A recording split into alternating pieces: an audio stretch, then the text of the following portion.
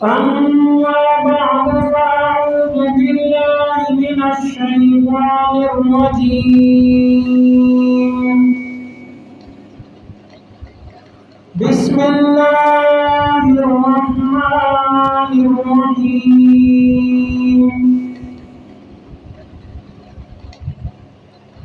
وإذ يمكر بك الذين كفروا ليثبتوك أو يقتلوك أو يخرجوك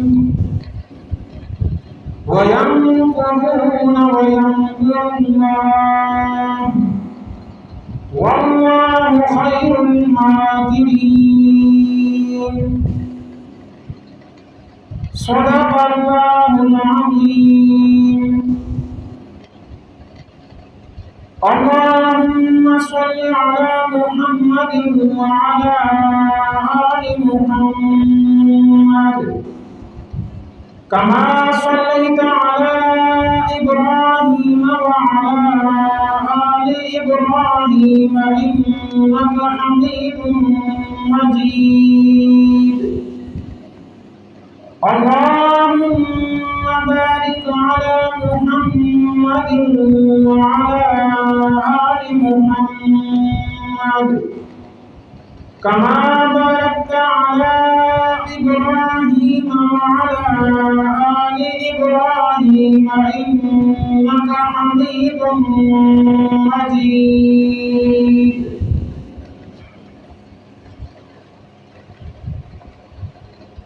میرے لیے انتہائی واجب الاحترام معزز سامعین اور میرے عزیز دوستوں، بزرگوں اور ساتھیوں،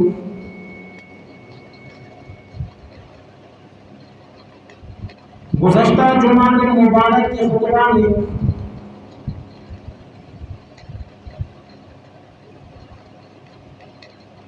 ہجرت مدینہ کے موضوع پر چند ابتدائی باتیں میں آپ حضرات کے سامنے عرض کی تھی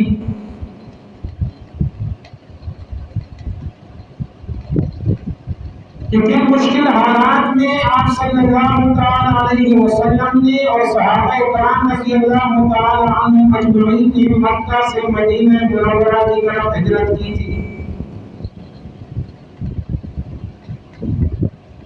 صحابہ کرام نے اللہ اور اللہ کے رسول کے حکم پر اپنا گھر بار،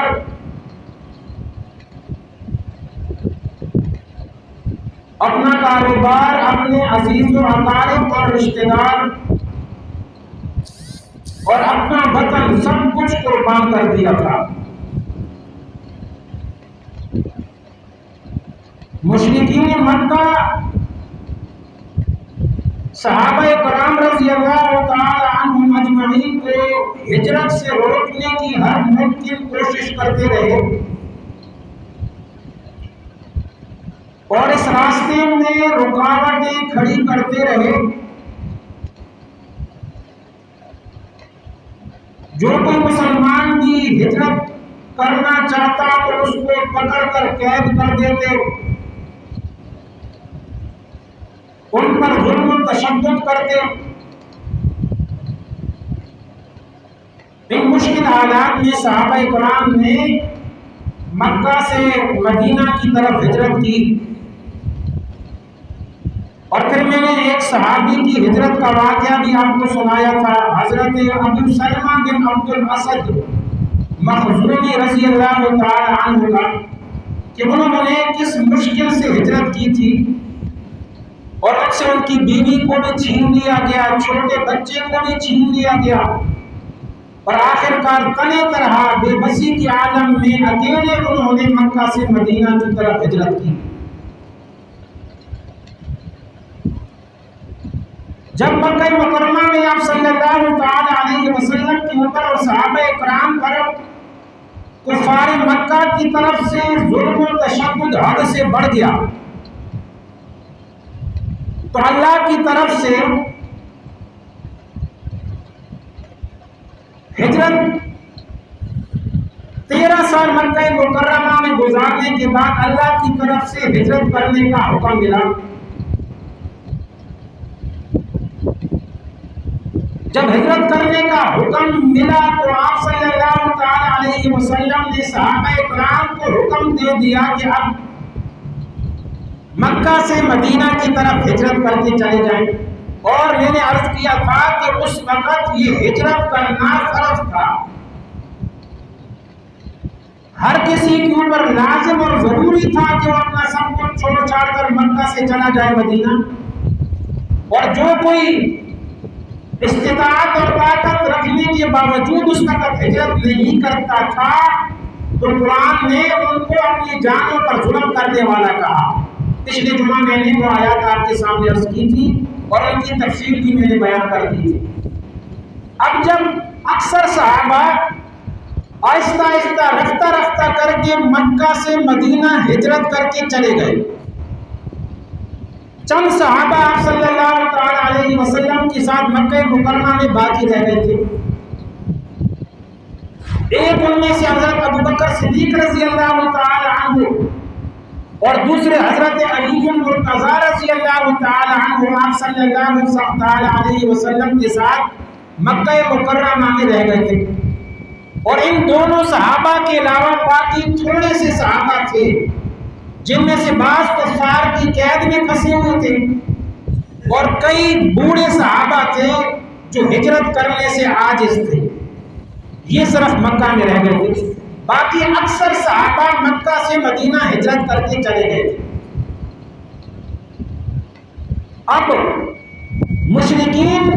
نے اجلاس طلب کیا، میٹنگ بلائی دارالندوہ میں.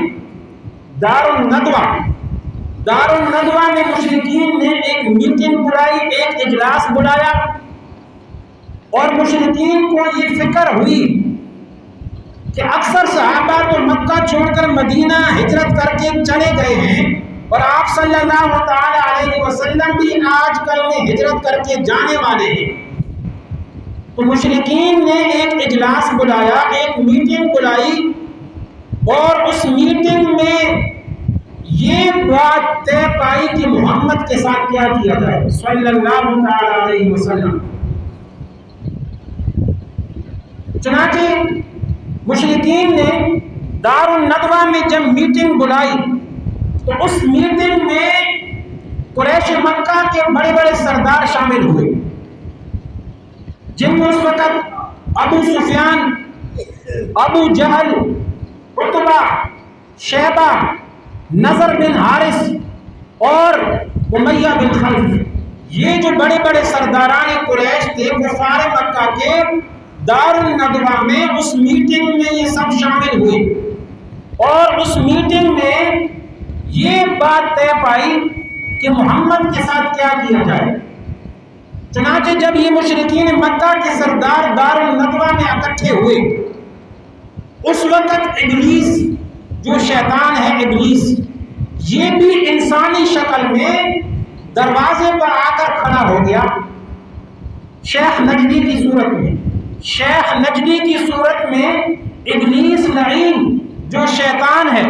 انسانی شکل میں آ کر دارالندوہ کے دروازے پر کھڑا ہو گیا. ان سرداران قریش نے اس سے پوچھا کہ تو کون ہے؟ تو شیطان ابلیس نے کہا کہ میں نجد کا شیخ ہوں. نجد ایک علاقہ ہے عرب میں. فرمایا کہ شیطان لعین کہنے لگا میں نجد کا شیخ ہوں اور میں بھی تم لوگوں کی میٹنگ میں شامل ہونا چاہتا ہوں، اور اگر ممکن ہوا تو میں اپنی رائے اور اپنے مشورے سے تم لوگوں کی مدد کروں گا. چنانچہ ان لوگوں نے شیطان ابلیس لعین کو بھی اندر آنے کی اجازت دے دی. اب مشرکین سارے جمع ہو گئے، بڑے بڑے سرداران قریش جس میں ابلیس لعین شیخ نجدی کی صورت میں ان کے ہاں اس میٹنگ میں شامل ہوا. اب اس پر غور ہوا کہ محمد کے ساتھ کیا کرنا چاہیے. چنانچہ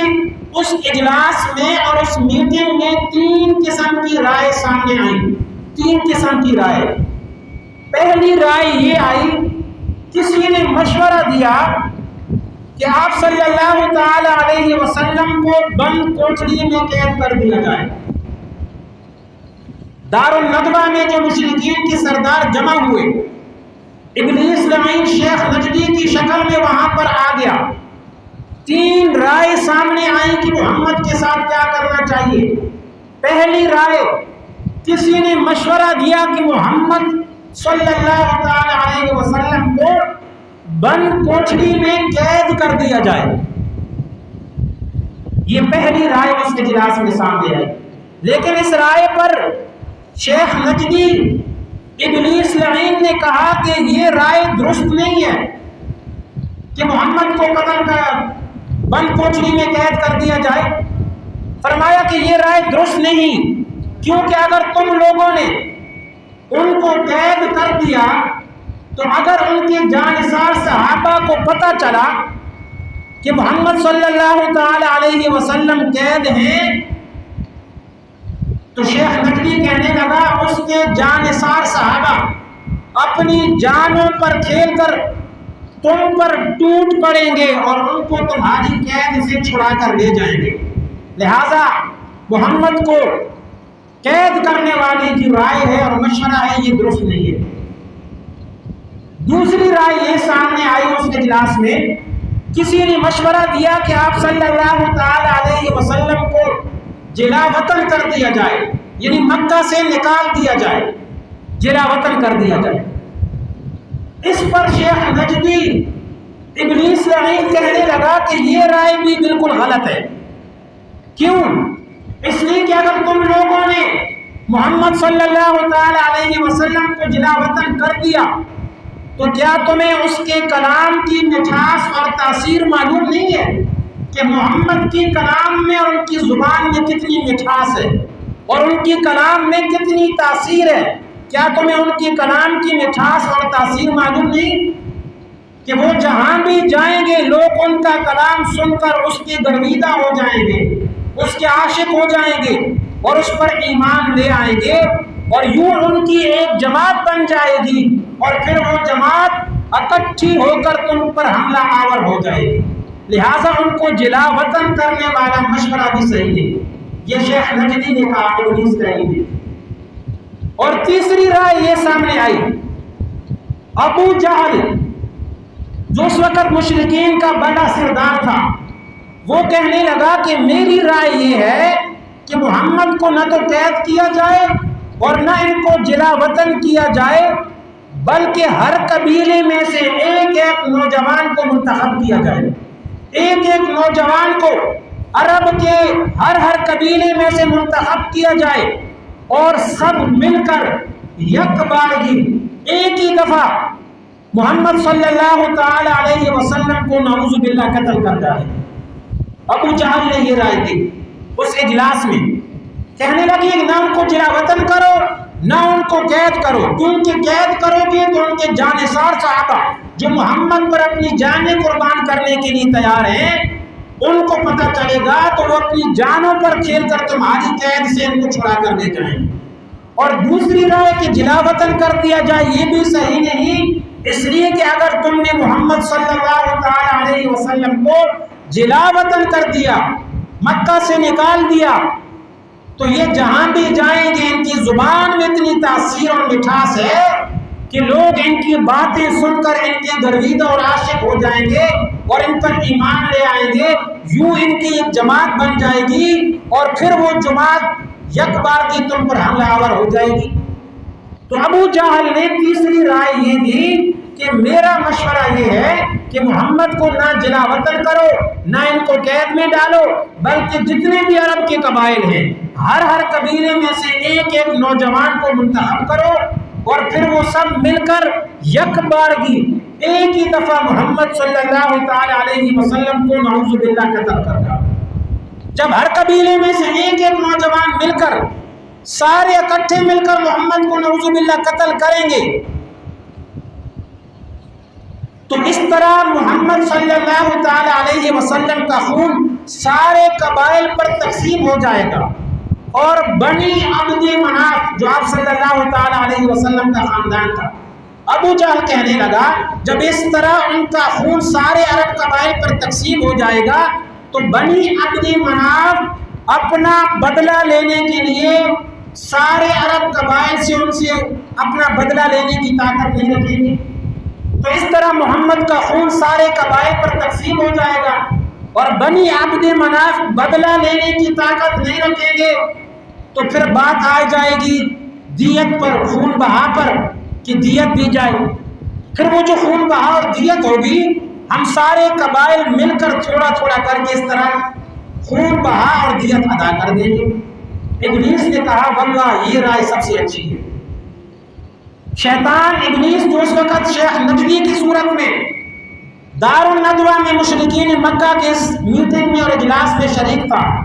ابو جہل نے جب یہ رائے دی کہ محمد کو قتل کر دیا جائے، سارے عرب قبائل میں سے ایک ایک نوجوان اکٹھے ہو کر محمد کو نعوذ باللہ قتل کر دے، شیخ نجدی ابلیس لعین نے کہا کہ یہ رائے سب سے درست ہے۔ چنانچہ طبقات ابن سعد میں یہ واقعہ لکھا ہوا ہے۔ اب حاضرین نے بھی اس رائے کی تائید کی، جو اس اجلاس میں شریک تھے، مشرکین مکہ کے دار الندوہ کے اس اجلاس میں جو لوگ شریک تھے، ان حاضرین نے بھی ابو جہل کی اس رائے کی تائید کی۔ چنانچہ اس اجلاس میں یہ فیصلہ طے پایا کہ اسی رات کو، آج ہی کی رات کو محمد صلی اللہ تعالی علیہ وسلم کو قتل کر دیا جائے، اور اسی رات کو یہ کام اپنے انجام کو پہنچا دیا جائے، اور آج ہی کی رات بیت نبی کا محاصرہ کر لیا جائے، نبی صلی اللہ تعالی علیہ وسلم کے گھر کا محاصرہ کر لیا جائے، اس کے گھر کا گھیراؤ کر لیا جائے۔ یہ دار الندوہ میں مشرکین مکہ کا اجلاس ہوا، جب سارے صحابہ آہستہ آہستہ مکہ چھوڑ کر مدینہ ہجرت کر کے چلے گئے، پیچھے صرف آپ صلی اللہ تعالی علیہ وسلم رہ گئے، اور آپ کے ساتھ ابو بکر صدیق اور حضرت علی المرتضیٰ رضی اللہ تعالی عنہ، یہ دو صحابہ رہ گئے۔ کچھ چند صحابہ وہ رہ گئے جو مشرکین کی قید میں تھے، یا کچھ بڑے صحابہ، بوڑھے صحابہ جو ہجرت کرنے کی طاقت نہیں رکھتے تھے۔ تو مشرکین مکہ نے دار الندوہ میں یہ اجلاس طلب کیا کہ محمد صلی اللہ تعالی علیہ وسلم کے ساتھ کیا کیا جائے، کیونکہ آج کل میں یہ بھی ہجرت کر کے جانے والے ہیں۔ چنانچہ اس اجلاس میں شیطان ابلیس لعین بھی انسانی شکل میں حاضر ہوا، شیخ نجدی کی صورت میں، اور اس اجلاس میں تین قسم کے مشورے ہوئے، تین قسم کی رائے سامنے آئی۔ پہلی رائے، کسی نے کہا کہ محمد کو بند کوٹڑی میں قید کر دیا جائے۔ ابلیس نے کہا شیخ نجدی نے کہ یہ رائے صحیح نہیں ہے، کیونکہ اگر تم لوگوں نے محمد کو بند کوٹڑی میں قید کر دیا، اس کے صحابہ کو جو اپنی جانوں پر کھیل جاتے ہیں اور ان کے لیے اپنی جانوں کو قربان کر دیتے ہیں، ان کو پتہ چلے گا تو وہ آپ کی قید سے محمد کو چھڑا کر لے جائیں گے۔ دوسری رائے یہ سامنے آئی کہ آپ صلی اللہ تعالی علیہ وسلم کو جلا وطن کر دیا جائے، مکہ سے نکال دیا جائے۔ شیخ نجدی ابلیس لعین نے کہا یہ رائے بھی صحیح نہیں ہے، کیونکہ محمد صلی اللہ تعالی علیہ وسلم کو اگر تم لوگوں نے مکے سے نکال دیا، جلا وطن کر دیا، تو ان کی زبان میں اتنی مٹھاس ہے، اتنی تاثیر ہے ان کے کلام میں کہ یہ جہاں بھی جائیں گے لوگ ان کی باتیں سن کر ان کے گرویدہ ہو جائیں گے، ان پر ایمان لے آئیں گے، یوں یہ بڑی جماعت بن جائے گی اور وہ جماعت پھر تم پر حملہ آور ہو جائے گی۔ تیسری رائے یہ آئی، ابو جہل نے کہا میری رائے یہ ہے کہ محمد کو نہ قتل کرو نہ ان کو قید کرو، بلکہ جتنی بھی عرب کے قبائل اس وقت موجود ہیں، ہر قبیلے میں سے ایک ایک نوجوان منتخب کیا جائے، اور وہ سارے نوجوان مل کر یک بار کی محمد کو نعوذ باللہ قتل کر دیں۔ اس طرح محمد صلی اللہ تعالی علیہ وسلم کا خون عرب کے سارے قبائل پر تقسیم ہو جائے گا، اور بنی عبد مناف اپنے خون کا بدلہ لینے کے لیے سارے عرب قبائل سے طاقت نہیں رکھیں گے، اور آخر میں بات آئے گی دیت پر، خون بہا پر، تو وہ دیت اور خون بہا ہم سب مل کر تھوڑی تھوڑی کر کے ادا کر دیں گے۔ چنانچہ ابلیس لعین نے کہا، جو اس وقت شیخ نجدی کی صورت میں وہاں موجود تھا، کہ بالکل یہ رائے صحیح ہے۔ چنانچہ حاضرین مجلس جو اس اجلاس میں شامل تھے، سب لوگوں نے کہا کہ یہ رائے صحیح ہے، اور سب نے اس رائے کی تائید کی، اور یہ طے پایا کہ آج کی رات ہی اس کام کو انجام دے دیا جائے اور آج کی رات ہی بیت نبی کے گھر کا محاصرہ کر لیا جائے۔ چنانچہ ادھر مشرکین مکہ کا مشورہ مکمل ہوا، ادھر مشرکین کے سردار نے نبی صلی اللہ تعالی علیہ وسلم کے قتل کا مشورہ کیا، اور جو ہی ان کا مشورہ مکمل ہوا آسمانوں سے اللہ نے جبرائیل علیہ السلام کو وحی دے کر بھیج دی، اور سورہ انفال کی یہ آیات آپ صلی اللہ تعالی علیہ وسلم پر جبرائیل علیہ السلام لے کر اتر پڑے۔ اللہ نے فرمایا وَإِذْ يَمْكُرُ بِكَ الَّذِينَ كَفَرُوا لِيُثْبِتُوكَ او یقتلوک او یخرجوک ویمکرون ویمکر اللہ واللہ خیر الماکرین۔ فرمایا اے میرے محبوب پیغمبر وہ وقت یاد کیجئے اذ یمکر بک الذین کفروا، جب کفار آپ کے بارے میں یہ تدبیریں کر رہے تھے لیثبتوک کہ آپ کو قید کر دیں، اور وہ پہلا مشورہ، او لیثبتوک او یقتلوک یا آپ کو قتل کر دیں، او یخرجوک یا آپ کو جلا وطن کر دیں۔ فرمایا اے میرے محبوب پیغمبر جب کافر آپ کے بارے میں یہ تدبیر کر رہے تھے کہ آپ کو یا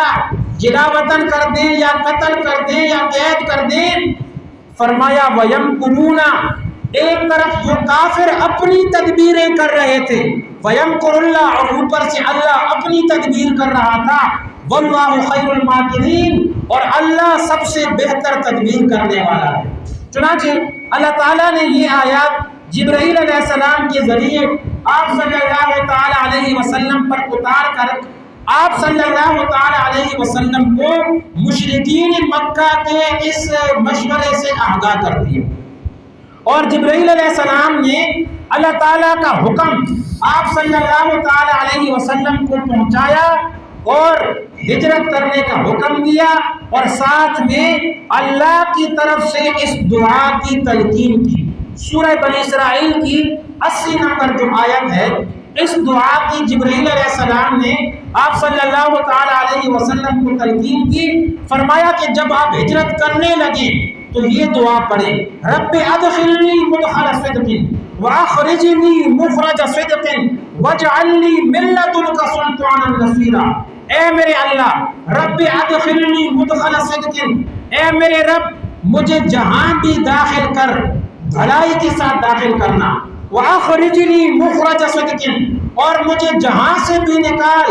بہتری کے ساتھ نکالنا، وَاجْعَلْ لِي مِن لَّدُنْكَ، اور یا اللہ مجھے ایسا غلبہ عطا کر،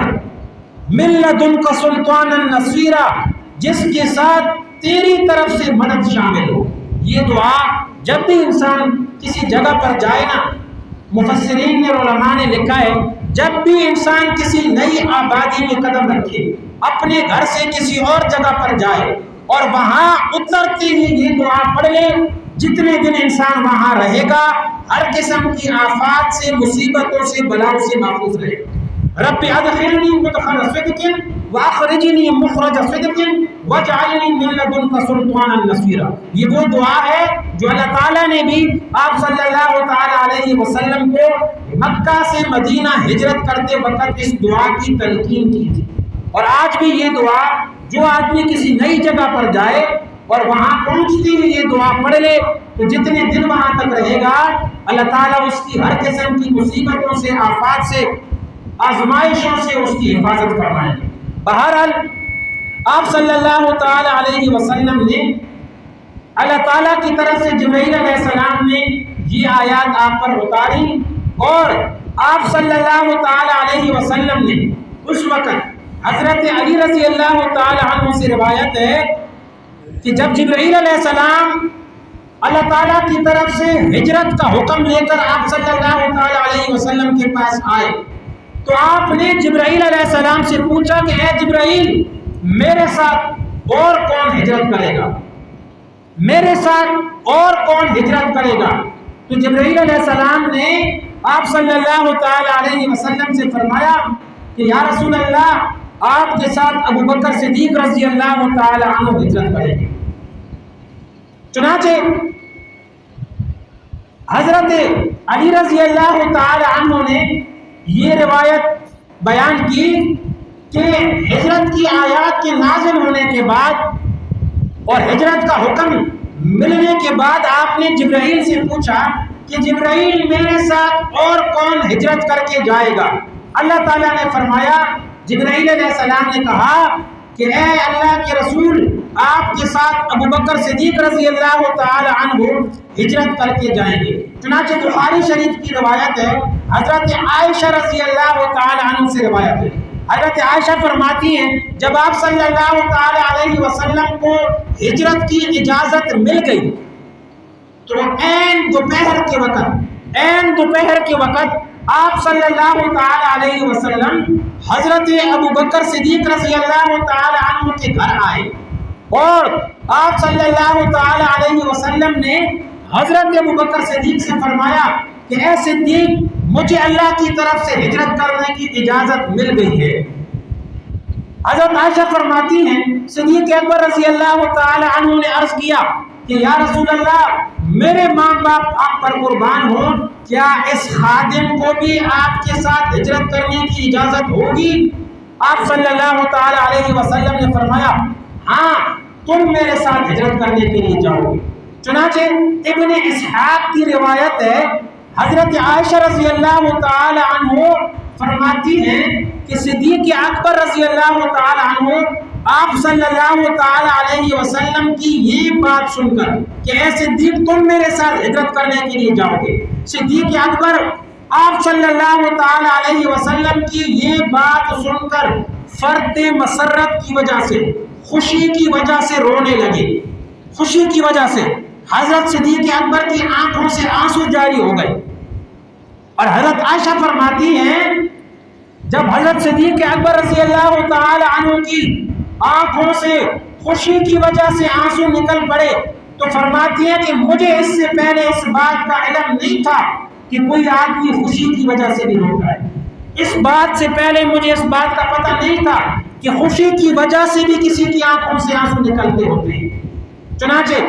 صدیق اکبر رضی اللہ تعالی عنہ نے پہلے سے 2 اونٹنیاں پالی ہوئی تھی، 2 اونٹنیاں رکھی ہوئی تھی، اور ان کو کیکر کے درخت کے پتے کے لا کر حضرت صدیق اکبر رضی اللہ تعالی عنہ پال رہے تھے ہجرت کرنے کی نیت سے۔ تو حضرت صدیق اکبر نے عرض کیا یا رسول اللہ، یہ 2 اونٹنیاں ہیں، میرے ماں باپ آپ پر قربان ہوں، میری طرف سے یہ 2 اونٹنیاں آپ کے سامنے ہیں، جو اونٹنی آپ کو خوش لگتی ہے، آپ کو اچھی لگتی ہے، ان 2 اونٹنیوں میں سے ایک اونٹنی میری طرف سے آپ کے لیے ہدیہ اور تحفہ ہے۔ ایک اونٹنی پر آپ ہجرت کر کے جائیں گے اور ایک اونٹنی پر میں بیٹھ کر ہجرت کر کے جاؤں گا۔ چنانچہ آپ صلی اللہ تعالی علیہ وسلم نے کہا کہ اے صدیق، ان میں سے ایک اونٹنی میں ضرور لوں گا، لیکن میں قیمت کے ساتھ تم سے خریدوں گا، پیسے دے کر خریدوں گا۔ حضرت صدیق اکبر رضی اللہ تعالی عنہ نے عرض کی یا رسول اللہ، جیسے آپ کی مرضی، جیسے آپ کی مرضی۔ کیا مطلب؟ یعنی حضرت صدیق اکبر رضی اللہ تعالی عنہ یہ کہنا چاہتے ہیں کہ میری اپنی کوئی خواہش اور مرضی نہیں ہے، اے اللہ کے رسول، میری ہر خواہش اور میری ہر مرضی آپ کی رضا کے تابع ہے، جیسے آپ فرمائیں گے مجھے وہی منظور ہوگا۔ چنانچہ حضرت صدیق رضی اللہ تعالی عنہ نے جو 2 اونٹنیاں اسی سفر، ہجرت کے سفر کی نیت سے پالی ہوئی تھی، ان میں سے ایک اونٹنی آپ صلی اللہ تعالی علیہ وسلم نے حضرت صدیق اکبر سے پیسے دے کر، قیمت دے کر خرید لی۔ اب حضرت صدیق اکبر رضی اللہ تعالی عنہ اگرچہ انہوں نے اپنا سب کچھ اللہ کے نبی کے اوپر قربان کر دیا تھا، لیکن اس موقع پر اللہ کے نبی نے صدیق اکبر رضی اللہ تعالی عنہ سے وہ اونٹنی بطور ہدیہ نہیں دی بلکہ قیمت کے ساتھ خریدی۔ کیوں؟ اس کی وجہ علماء نے یہ لکھی ہے کہ چونکہ ہجرت، اللہ کے راستے میں ہجرت کرنا یہ ایک عظیم عبادت ہے، اور آپ صلی اللہ تعالی علیہ وسلم یہ چاہتے تھے کہ میں یہ عبادت اپنی جان اور اپنے مال کے ساتھ کروں، اس لیے آپ صلی اللہ تعالی علیہ وسلم نے حضرت صدیق اکبر سے وہ اونٹنی ہدیے کے طور پر نہیں لی بلکہ خریدی اپنی قیمت دے کر۔ چنانچہ جب آپ صلی اللہ تعالی علیہ وسلم کو اللہ کی طرف سے ہجرت کرنے کا حکم مل گیا اور آپ صلی اللہ تعالی علیہ وسلم ہجرت کی یہ خبر حضرت صدیق اکبر رضی اللہ تعالی عنہ کے گھر آ کر ان کو سنائی، اور صدیق اکبر نے فرمایا یا رسول اللہ، یہ میں نے 2 اونٹنیاں پالی ہوئی تھی اسی ہجرت کے سفر کی نیت سے، یا رسول اللہ ان میں سے جو اونٹنی آپ پسند فرمائیں میری طرف سے آپ کے لیے ہدیہ ہے۔ چنانچہ آپ صلی اللہ تعالی علیہ وسلم نے صدیق اکبر سے 1 اونٹنی قیمت کے بدلے میں خرید لی۔ اس کے بعد رات کا وقت ہوا تو آپ صلی اللہ تعالی علیہ وسلم کے پاس چونکہ اہل مکہ کی امانتیں پڑی ہوئی تھی، مکہ کے لوگ آپ صلی اللہ تعالی علیہ وسلم کے پاس اپنی امانتیں رکھواتے تھے۔ آپ صلی اللہ تعالی علیہ وسلم کو صادق اور امین کہا کرتے تھے۔ رات کا وقت ہوا تو آپ صلی اللہ تعالی علیہ وسلم نے حضرت علی رضی اللہ تعالی عنہ کے سپرد کی وہ ساری مکہ کے لوگوں کی امانتیں حضرت علی رضی اللہ تعالی عنہ کے سپرد کی، اور حضرت علی رضی اللہ تعالی عنہ کو آپ نے حکم دیا کہ یہ فلاں فلاں لوگوں کی امانتیں ہیں، اے علی صبح ہوتے ہی یہ ساری امانتیں مکہ کے ان لوگوں کے حوالے کر دینا، اور 3 دن کے بعد آپ بھی ہمارے پیچھے ہجرت کر کے چلے آنا۔ چنانچہ یہ آپ نے حضرت علی کو فرمایا، اور آپ نے ساتھ میں حضرت علی سے یہ فرمایا کہ اے علی یہ میری چادر لے لو اور رات کے وقت میری یہ چادر اوڑھ کر سو جانا، کوئی بندہ بھی آپ کو تکلیف نہیں پہنچا سکے گا۔ چنانچہ آپ صلی اللہ تعالی علیہ وسلم نے رات کے وقت مکہ کے سارے لوگوں کی امانتیں حضرت علی کے حوالے کی، اور حضرت علی کو اپنی چادر مبارک دے کر فرمایا کہ یہ میری چادر اوڑھ کر سو جا، آپ کو کوئی بندہ بھی تکلیف نہیں پہنچا سکے گا۔ اب دیکھیے، ایک طرف مشرکین مکہ جو آپ صلی اللہ تعالی علیہ وسلم کو صادق و امین بھی کہتے ہیں اور اپنی امانتیں آپ کے حوالے بھی کرتے ہیں، آپ کے پاس رکھواتے ہیں، لیکن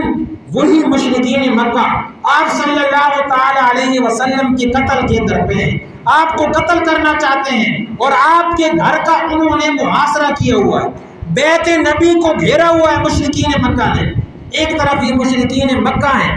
جو اسی نبی کو قتل کرنا چاہتے ہیں، جن کے پاس اپنی امانتیں بھی رکھواتے ہیں، جن کو صادق اور امین بھی کہتے ہیں، اور دوسری طرف آپ صلی اللہ تعالی علیہ وسلم ہیں کہ ابھی بھی ان کو لوگوں کی امانتوں کی فکر ہے کہ علی یہ فلاں فلاں بندی کی امانتیں ہیں، صبح ہوتے ہی یہ سارے لوگوں کو ان کی امانتوں کے حوالے کر دینا۔ بہرحال حضرت علی رضی اللہ تعالی عنہ کو آپ صلی اللہ تعالی علیہ وسلم اپنے بستر پر سلا کر ہجرت کی تیاری کرنے لگے، اور آدھی رات کے بعد آپ صلی اللہ تعالی علیہ وسلم اپنے گھر سے نکلے۔ روایات میں آتا ہے کہ آپ صلی اللہ تعالی علیہ وسلم 27 صفر کو، یہ جو صفر کا مہینہ چل رہا ہے، آج صفر کی 28 تاریخ ہے، اسلامی مہینہ جو چل رہا ہے دوسرا صفر المظفر، آج صفر کی 28 تاریخ ہے۔ جب آپ صلی اللہ تعالی علیہ وسلم نے ہجرت کرنے کا ارادہ کیا، روایات میں آتا ہے کہ آدھی رات کے بعد 27 صفر المظفر کو، اور دوسری روایت میں آتا ہے کہ 1 ربیع الاول سن 14 نبوی کو، یعنی نبوت کو میرے 14 سال گزر چکے تھے، 1 ربیع الاول کو یا 27 صفر کو 12-13 ستمبر بنتی ہے۔ 12-13 ستمبر کی درمیانی رات آپ صلی اللہ تعالی علیہ وسلم نے ہجرت کے سفر پر روانہ ہو کر گھر سے نکلے۔ چنانچہ جب آپ صلی اللہ تعالی علیہ وسلم ہجرت کے سفر پر گھر سے نکلے، اب جب گھر سے باہر نکلے تو مشرکین مکہ نے آپ کے گھر کو گھیرا ہوا تھا۔ آپ صلی اللہ تعالی علیہ وسلم کے گھر کا مشرکین مکہ نے محاصرہ کیا ہوا تھا۔ آپ صلی اللہ تعالی علیہ وسلم جب گھر سے باہر نکلے، دیکھا تو دشمنوں نے تو گھر کو گھیرا ہوا ہے، چاروں طرف سے مشرکین مکہ نے آپ صلی اللہ تعالی علیہ وسلم کے گھر کا محاصرہ کیا ہوا۔ اللہ تعالیٰ نے حکم دیا کہ اے میرے محبوب زمین سے ایک مٹی کی مٹھی اٹھائیں، ایک مٹھی خاک زمین سے اٹھائیں،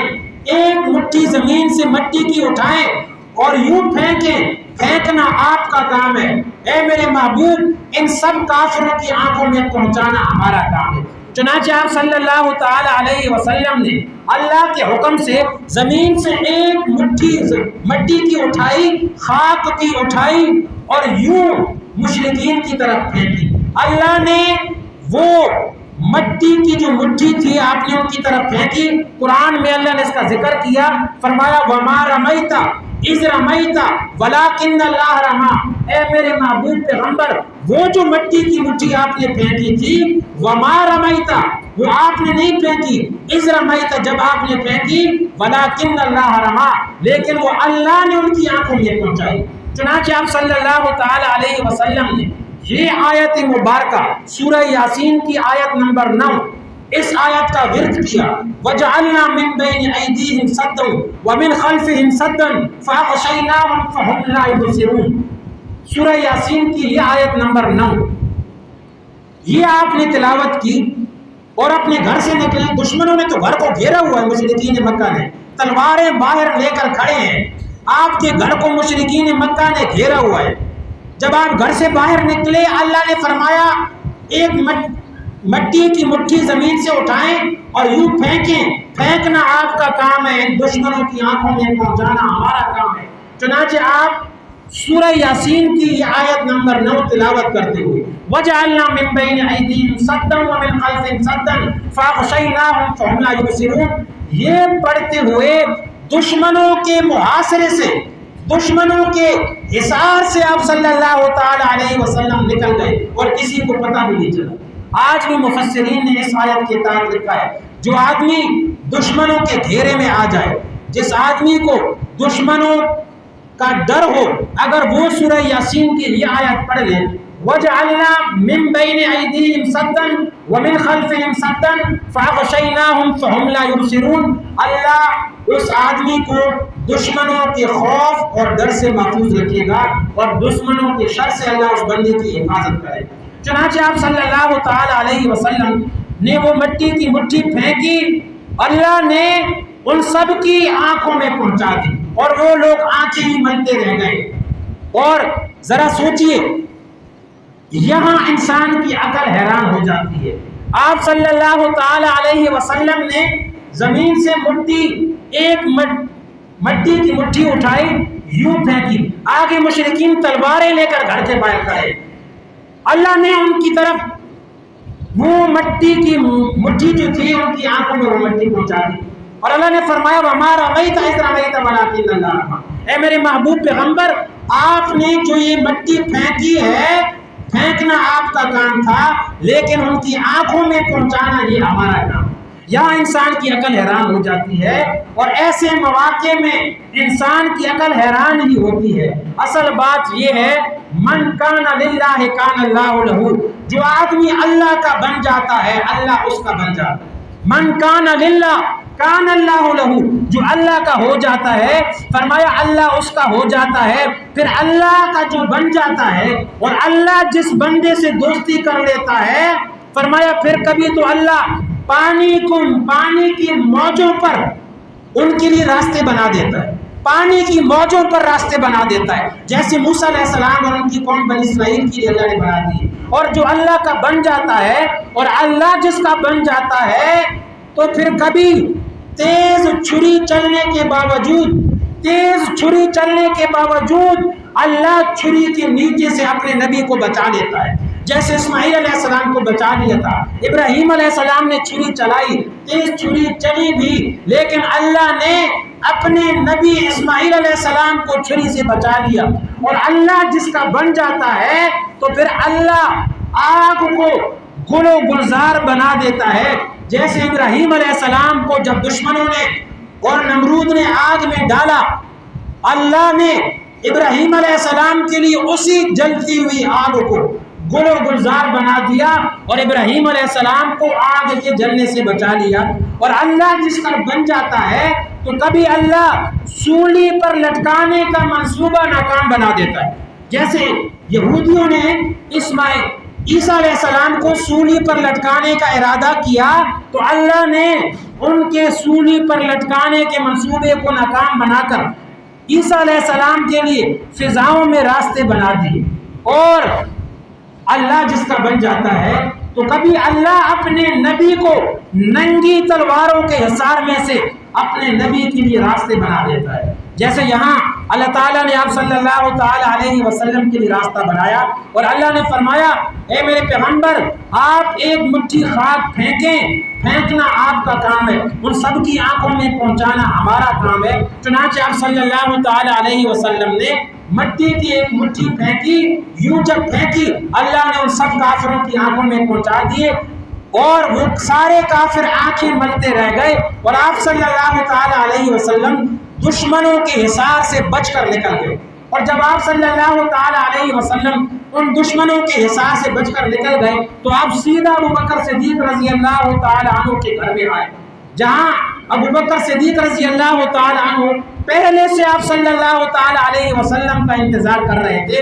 چنانچہ آپ صلی اللہ تعالیٰ علیہ وسلم نے اپنے ساتھ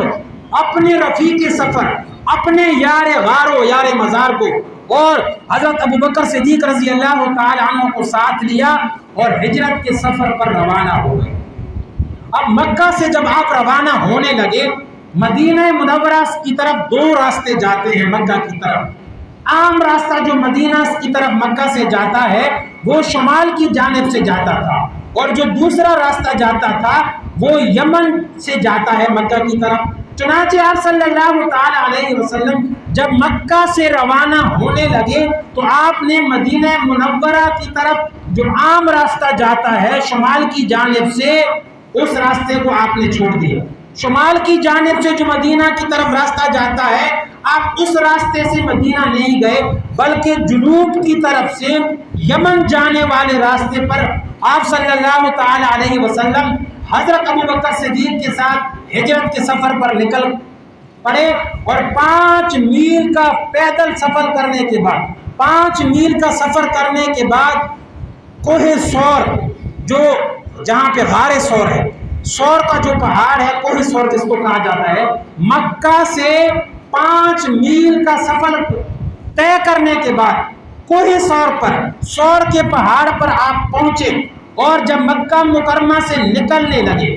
جب مکہ سے آپ نکلنے لگے، جو ہی آپ صلی اللہ تعالیٰ علیہ وسلم مکہ سے نکلنے لگے تو ایک اونچی جگہ پر کھڑے ہو کر، ایک اونچے ٹیلے پر کھڑے ہو کر یوں پیچھے آپ نے مکہ کی وادی کی طرف حسرت بھری نگاہوں سے دیکھا. نبی صلی اللہ تعالیٰ علیہ وسلم نے حسرت بھری نگاہوں سے مکہ کی وادی کی طرف دیکھا اور آپ صلی اللہ تعالیٰ علیہ وسلم نے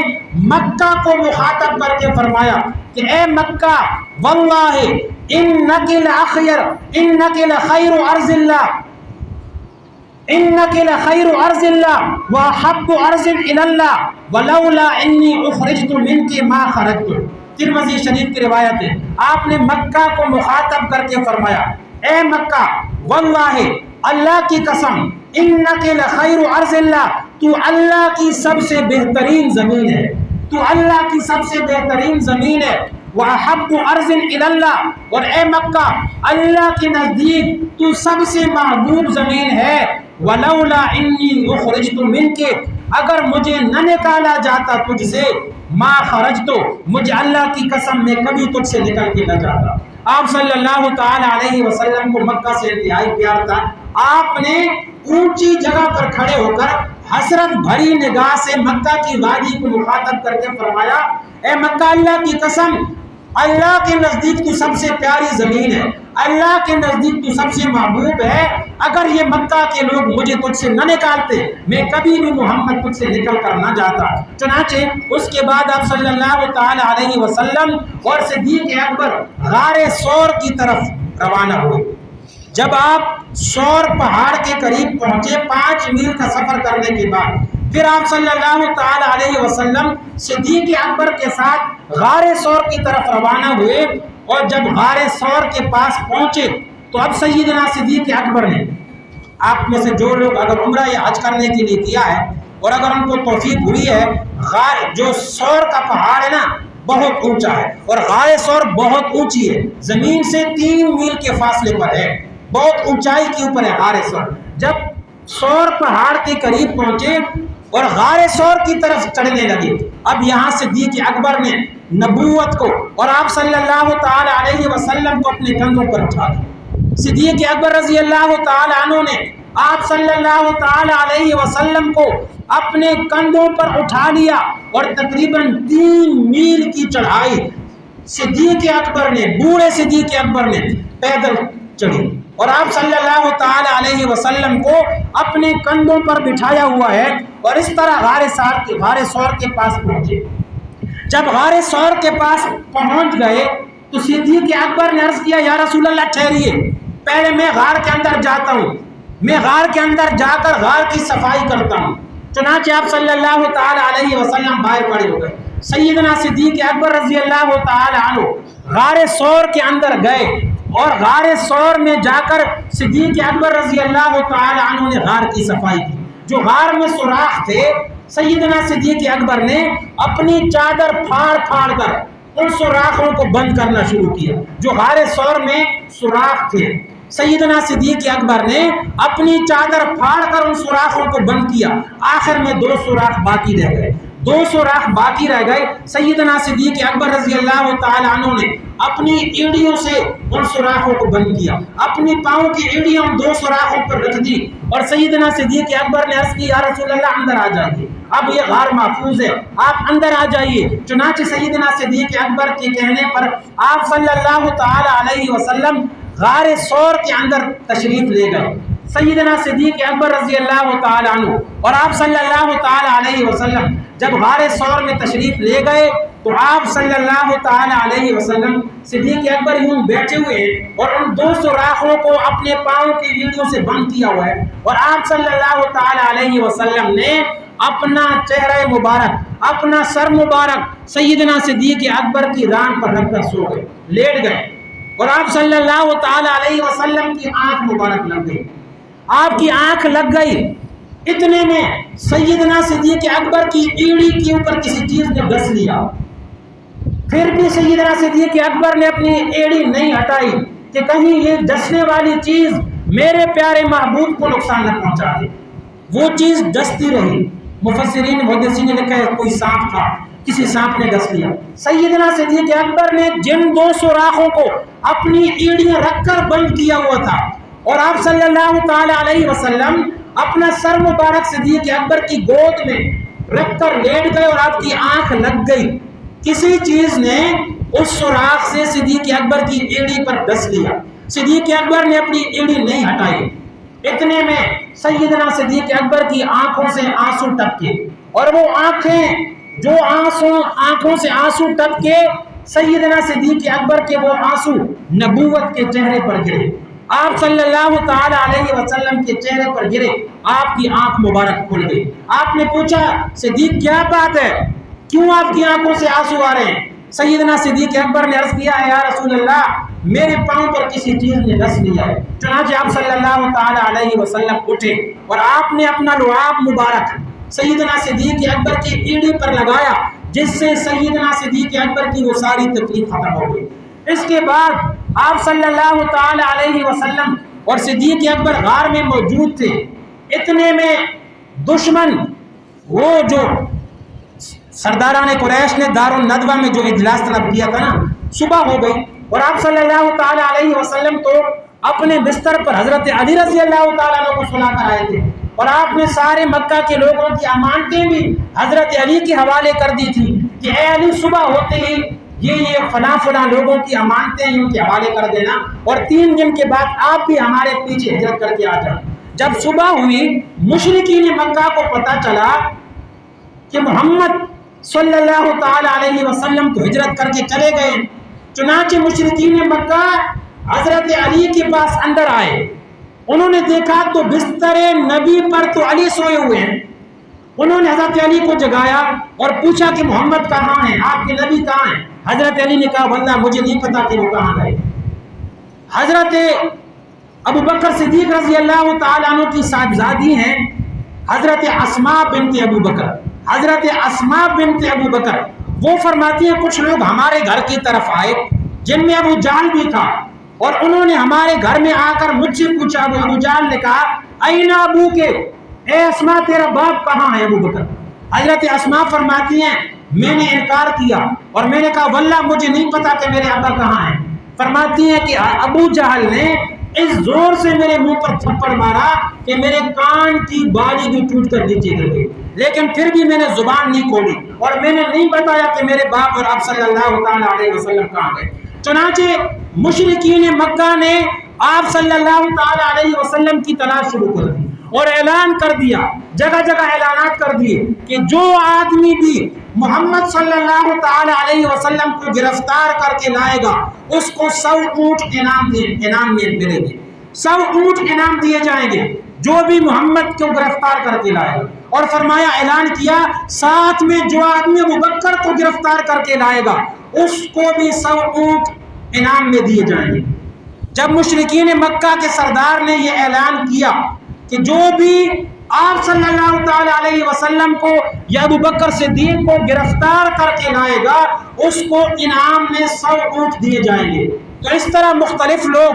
آپ صلی اللہ تعالی علیہ وسلم کی تلاش کے لیے انعام کی لالچ میں نکل کھڑے ہوئے۔ اب ابو بکر صدیق رضی اللہ تعالیٰ عنہ اور آپ صلی اللہ تعالیٰ علیہ وسلم غار ثور میں موجود ہیں، اتنے میں کچھ لوگ آپ دونوں کو تلاش کرتے کرتے غار ثور کے دہانے پر آ پہنچے، غار ثور کے منہ پر آ پہنچے۔ سیدنا صدیق اکبر رضی اللہ تعالی عنہ ان کو دشمنوں کی وہ ٹانگیں نظر آ رہی تھی، دشمن نظر آ رہے تھے۔ صدیق اکبر نے کہا یا رسول اللہ دشمن غار کے منہ پر آ پہنچے ہیں، دشمن غار کے منہ پر آ گئے ہیں، یا رسول اللہ اگر انہوں نے نیچے ہو کر دیکھا تو ہمیں دیکھ لیں گے۔ آپ صلی اللہ تعالی علیہ وسلم نے فرمایا یا ابا بکر ما ظنک باثنین اللہ ثالثہما، اے ابو بکر گھبرا نہیں، ما ظنک باثنین ان دو آدمیوں کے بارے میں تیرا کیا گمان ہے، اللہ ثالثہما جن کے ساتھ تیسرا اللہ ہے۔ آپ صلی اللہ تعالی علیہ وسلم نے فرمایا ابو بکر ان دو آدمیوں کے بارے میں تیرا کیا خیال ہے جن کے ساتھ تیسرا اللہ موجود ہے؟ یعنی اے ابو بکر تو ڈر نہیں، تو گھبرا نہیں، یہاں غار میں ہم دو نہیں ہیں بلکہ یہاں تیسرا ہمارے ساتھ اللہ ہے، اللہ ہماری ان دشمنوں سے حفاظت کرے گا۔ چنانچہ حدیث میں آتا ہے کہ آپ صلی اللہ تعالی علیہ وسلم نے جب دیکھا کہ ابو بکر گھبرا رہے ہیں، دشمنوں کو دیکھ کر حضرت ابو بکر گھبرا رہے ہیں، تو آپ نے یہ الفاظ کہے لا تحزن ان اللہ معنا، اے ابو بکر گھبراؤ نہیں، بے شک اللہ ہمارے ساتھ ہے۔ چنانچہ اس واقعہ کا نقشہ کھینچتے ہوئے اللہ نے سورہ توبہ کے اندر اس واقعہ کو ذکر کیا اور اللہ تعالیٰ نے فرمایا الا تنصروه فقد نصره الله اذ اخرجه الذين كفروا ثاني اثنين اذ هما في الغار اذ يقول لصاحبه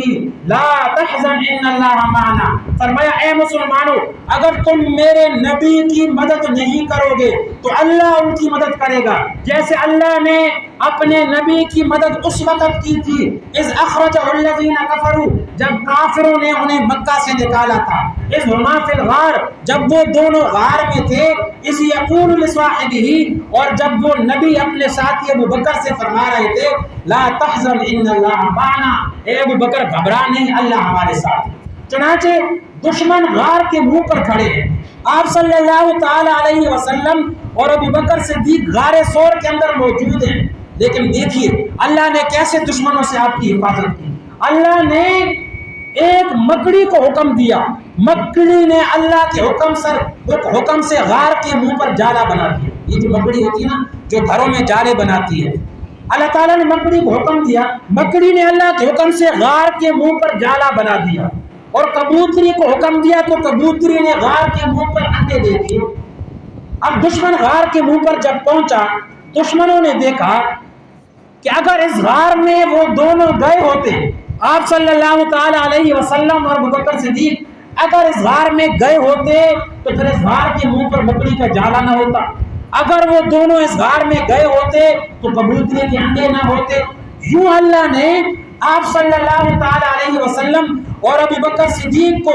مکڑی کے اس کمزور جالے سے دشمنوں سے ان کی حفاظت کی جس جارے کے بارے میں اللہ نے 21ویں پارے میں سورہ عنکبوت میں فرمایا ان اوہن البیوت لبیت العنکبوت، بے شک گھروں میں سب سے کمزور گھر مکڑی کا گھر ہوتا ہے، جو ذرا سا ہوا کا جھونکا آ جائے تو ختم ہو جاتا ہے۔ اللہ نے سب سے کمزور مکڑی کے گھر کے ذریعے آپ صلی اللہ تعالی علیہ وسلم کی اور حضرت ابوبکر صدیق رضی اللہ تعالی عنہ کی دشمنوں سے حفاظت کی۔ تو یہ ابتدائی چند باتیں تھیں ہجرت نبی صلی اللہ تعالی علیہ وسلم کے حوالے سے کہ 13 سال مکہ مکرمہ میں صحابہ اکرام پر اور آپ صلی اللہ تعالی علیہ وسلم پر ظلم و ستم ہوتا رہا۔ 13 سال کے بعد آپ کو ہجرت کا حکم ملا، آپ ہجرت کر کے نکلے، اور صحابہ نے کن مشکل حالات میں مکہ چھوڑ کر مدینہ ہجرت کی، چند ابتدائی باتیں پچھلے جمعہ بھی میں نے بیان کی اور اس جمعہ بھی بیان کی، وقت پورا ہو چکا ہے۔ انشاءاللہ اسی کا اگلا سلسلہ اگلے جمعے بیان کریں گے۔ اللہ تعالیٰ سے دعا ہے کہ اللہ تعالیٰ ہمیں ان باتوں پر عمل کرنے کی توفیق عطا